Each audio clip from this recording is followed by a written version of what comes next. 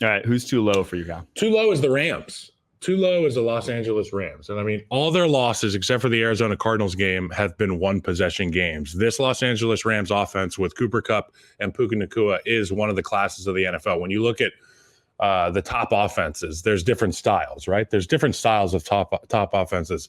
This LA Rams offense, when it's rolling, when they're healthy, I don't think there's many people that can stop them, okay? And I know that the Baltimore Ravens are the same kind of team where they're a juggernaut offensively and they're going to get it done their way.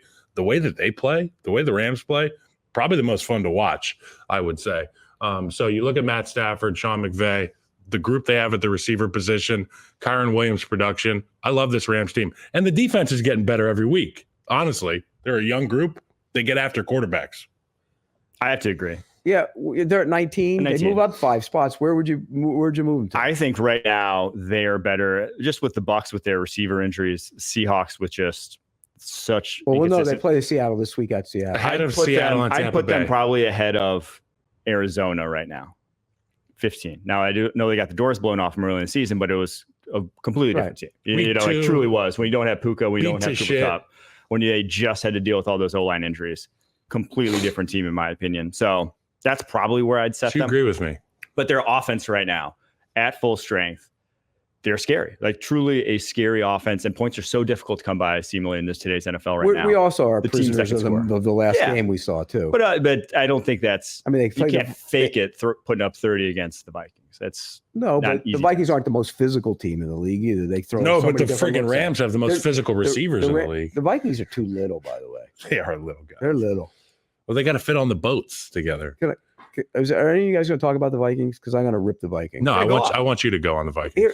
What in the hell were they doing at the end of the half that they lost their starting Christian, left tackle? That was one of the dumbest things I've ever seen in this league. You had the other team had one timeout. You're pinned back in your own end and you run the ball.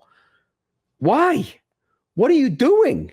What's your end game there? You run the ball. Yeah. The only thing that can happen is an injury or a turnover, and you put the team in at point blank range. Take a knee. You take a knee and you get out of the half and you go into the halftime. Yep. Instead, you lose your starting left tackle, who's by far and away their best offensive lineman. That's your season. That's like, not to really be overly dramatic, but you're not winning a Super Bowl without Christian Darrisaw. You're just not. He's that good of a left tackle, and you're that thin on your offensive line already. You already had real struggles on your interior that got masked because you had two elite protecting tackles. Thing is your two tackles. You had two guys on the outside that just would not lose consistently. And should they get in the Cam Robinson thing? Should they make a call? So the other day, I'm of the opinion that you're playing for J.J. McCarthy's years at this point. Yeah, I said that they should bring Cam Robinson. He said it would set them back in terms of compensation for what they're trying to do with the J.J. McCarthy thing. You're not. What are you giving up though? 4 or 3? 4 or 3? 3. Cam Robinson. I mean, at this point, it's a rental because he's on a 1-year deal, so you wouldn't only need him for a half. I mean, it's probably a 4 realistically. So you give up a 4. You would give up a 4 to go get a starting left tackle with a team that has a chance to win the division. I probably wouldn't. Because do we really think that they're going to win the division? No, but they have a legitimate chance to. I think they're too little. I'll be honest with you. The one thing, Brian Flores does a great job of covering up the deficiencies on that defense. They're too little. They get pushed around. Yeah, they can be run on. Yeah. All right, my team that's too low, Cleveland Browns. They were good. They were a good football team. They're a good defense, at least, at minimum. But there's talent on this offense. I don't think Elijah Moore, Cedric Tillman, Jerry Jeudy is that bad of a wide receiving core that Deshaun Watson made it out to be, especially when Njoku as well in there. And now this offensive line is back at full strength-ish. I think they're still missing Jedrick Wills, but it's closer with Wyatt Teller back. Wyatt Teller was eaten. And Jameis is just so much better than Deshaun Watson, just like light years better. This is he okay? He's got to throw. That was picks, good. But that he's was going good. to make more plays. Oh, I love Jameis. That was good, Jameis. Yeah. We're going to have a game where he's bad, Jameis. That's what, he's going to throw. There was some bad Jameis in that game, well, but there was more good. He gives you a Kyle spark. Hamilton catches the interception, are we sitting here saying the same thing about the Browns and Jameis? Yeah, I mean they still put up 29 points. Well, that's a bad defense over there, though. That's not a good Ravens Deshaun defense. faced some bad defenses. Yeah, but Deshaun was awful. Don't get me wrong. But they moved up 5 spots, the Browns. The Browns are the type of team that I was talking about. Regardless of record, they could go out there and beat somebody on any given week if they're given the opportunity to have a quarterback like Jameis Winston, who, even with all his warts, he's going to give you chances. I love Jameis, but there's going to be bad Jameis, and we saw bad Jameis on that drive. That ball he threw to David Njoku over the middle of the field, that was like the very first pass. I mean, it was insane. It was like, aha, okay, offense. Here we go. Oh, there's no doubt he's better than Deshaun Watson. Yeah. And that's the problem there. We Now talked they have about stuck getting with- guys like Pickens and Najee Harris up in terms of, mood about going and competing. You can see it with the Cleveland Browns too, man. And they get healthy. They got Wyatt Teller back in the lineup last week. I just go back through their schedule prior to this. They lost to the Jags by 5. They beat the Jags. They lost to the Giants by 6, scored only 15 points. They lost to the Raiders by 4, scored only 16 points. Lost to the Eagles by 4, scored only 16 points. That's 3 games right there that, had they had James instead, chances are they have 3 more wins. Or 2. At Probably least 2 of those. Even still. And so that's great. a 4-4 football team. Yeah. Had they. So I just think that's better than where they are situated at the very moment. Just because you can't, even if Jameis is just reverts back down to the career average Jameis, it's still hard to understand how much better that is than Deshaun Watson. What's their schedule coming up? I have their schedule coming up right here. I have it coming up. Hold on just a second. I have it right here.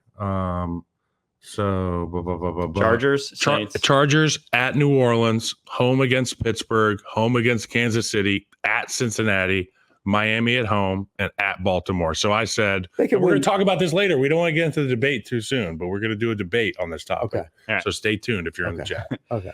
Who is ranked just right? The Goldilocks team of the week, Kyle. Who's ranked just right? It's the Detroit Lions. Look, I can't say that the Chiefs are a fluke or they're not just flat out winners. Last week I said the Chiefs were too high because, I just feel like being the media guy and saying that the undefeated team is too high. But at the end of the day, I could still make the argument that they are too high with how well Detroit's played. Undefeated is undefeated, so I'm comfortable with the hottest team in football being number 2. They impress me every single week. I turned on the game against the Titans. It was tied. Next thing I know, they got 52 points. This Detroit Lions team is the number 2 power ranking team. They're just right. In the second half, that Titans team was in Bermuda. Yeah. They booked their flights. They were. They're done. They were in the triangle. They went home. We quit. They quit. Yeah, the Lions, that offense is just scary. And even if they can't rush the passer, that's going to be a problem. They're talking about making a move. You got to make a move. They have to make a move. Yeah. What is the move? Zadarius Smith's probably that doesn't solve it. It gets you better. Not significantly better. Better is better. But they got to go make the big move. They got to go get somebody big. You know who I would go get? To be honest with you, I go get Arden Key. Arden Key. That's not the big move. But that's not the big move. The big move is the one to go give up all the picks to go get Crosby. Go for broke. No, and if you're the Raiders, why would you not do that? Yeah. If you're the Raiders and you got a chance to get more ammunition to go get your quarterback, because I don't care how long you have Crosby. If you don't have a quarterback, it doesn't matter. Yeah, it will not matter. It's a quarterback league. I don't know. Crosby sells jerseys. I don't know. Like you lose a fan base if you move a guy like Max Crosby. He's just so beloved. If I told the fan base, if you get Shedeur Sanders, and who's going to sell more jerseys, Shedeur Sanders or Max Crosby? Shedeur Sanders. Shedeur going to want to go there? He has no choice. He kind of does. Eli Manning. How does he have a choice? I can see Shedeur doing an Eli Manning for sure. Or a John Elway. I'm not going to play for John Elway did the same thing. I had that agent. Marvin Demoff was my agent. Yeah. Elway to Marino. Was that the 83 draft? Yeah, he made him trade him. What about Trey Hendrickson? I would explore that one too. That would be fun. You gotta get somebody. You can't just get Zadarius Smith or even Arden Key unless you got both of them. But then you're getting a guy that rushes on the other side. If you got both of them, what if you got both of them? Yeah, but they'd still need a guy that rushes on the other side. What if you got both of them? Yeah, I mean, if you just Trey Hendrickson and Zadarius Smith would be, or you got Trey Hendrickson and Arden Key, or Arden Key and even Zadarius Smith. Any of them. I'll tell you this: if the Lions make a move to get one of these guys that we're talking about, I think it is the move that guarantees them a win in the Super Bowl. Guaranteed. He's going. I'm telling you right now, the Detroit Lions. I wouldn't guarantee it if Hutchinson was on the field. The Detroit Lions are as dominant an offensive football team as I've seen in quite some time. I agree. And it's not gimmicky. It's not Tyreek Hill running by everybody. No. And they are beating the hell out of football teams week in, week out. We saw the special teams have a huge hand in the win last week, the offense. But if you can shore up that defense a little bit, get Aaron Glenn some natural pressure up front without allocating those second level resources, I mean, guarantees a very strong. Yeah. He's walking it back. No. They are the favorite to win the Super Bowl. It puts them atop. They are the favorite, and I don't even feel bad about saying that. The Detroit Lions right now. What if they go to Green Bay this week and lose? which could very well happen. Of course. Well, is Love playing? If Malik Willis plays, I'm worried because Malik Willis only wins. He only wins. All right, let's get to mine. I have the Denver Broncos at 13 as the team that's ranked just right. This was just a way for me to get some Bo Nix propaganda in here, but I just think they play super complimentary football right now with that defense. And then Bo Nix, he's turned the ball over once in the last 7 football. games. Lowest turnover-worthy play rate in the NFL over that span. Wow. He's playing at minimum, not making the big mistakes to lose some games. And that's a Sean style Payton. of football that you can win with. That's Sean Payton. Yeah. That's why I go back to my Russell Wilson. If Sean Payton couldn't do anything with Russell Wilson, he's not. That's a red flag. How much of that was personality based? stylistic. How Yeah, much like, of that they don't was like each other. They Stylistic. don't like each other. I Russ mean, is not. Russ at 5'11" can't do the quick drop back passing game the way Knicks can in terms of just like reading and He should be able to. Even then, He I don't think Sean he's not Payton even could 5'11", even have 5'10". a conversation with Russell Wilson the same way that he has with Bo Nix. No. You see the way those two guys rib each other on the sideline? Yeah, That's like a love-hate. That's a good thing. No, there was no love lost between the two of those. The minute he got there, he didn't like him. I mean, that's a given. It's not his style. That's not his style guy. It just isn't. But I think that's equally as important as the physical makeup. Well, he also and all held the that ball stuff. for half. Sean would be the first one to tell you. He said he held the ball for an hour and a half, and it's happening. It'll happen eventually in Pittsburgh. You watch. You are what you are. George Pickens better than Courtland Sutton.